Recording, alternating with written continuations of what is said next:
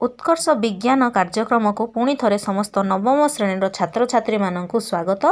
आज आम कार्य दिवस 39 थिबा विषय ध्वनिर कार्यफर्द 39 पूरण करवा। एठारे प्रश्न रही ठीक उत्तरटी को बाछ। दि जाइए ध्वनि सृष्टि हेबार कारण।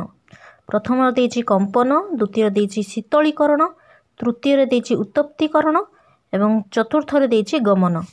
तो पिला माने तुम माने जानिछ कौनसी वस्तु को आघात कले ताहा कंपित होइथाय एवं कंपित वस्तुर ध्वनि सृष्टि हुए।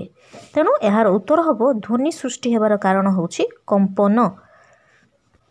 द्वितीय नंबर प्रश्न रही जहा कुहा जाउछि श्रोता किपरि ताहा सुनी पारे। एठारे चित्र को भलरे देख। जणे कप मुहरे कथा कहूछि, अन्य जणे एहाकू कान दे शुणुछि।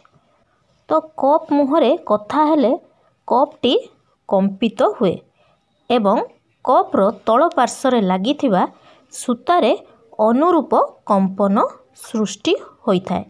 सूतारे कंपन सृष्टि हेले अन्य पार्श्वरे थिबा कप्रे कंपन अनुभूत होइथाय। कप और सूता द्वारा ध्वनि गति करे और अन्य पार्श्वरे थिबा व्यक्ति जे श्रोता सही ध्वनि को शुणी पारे। तो एठारे एई भली भाबरे तमे लिखि दियो।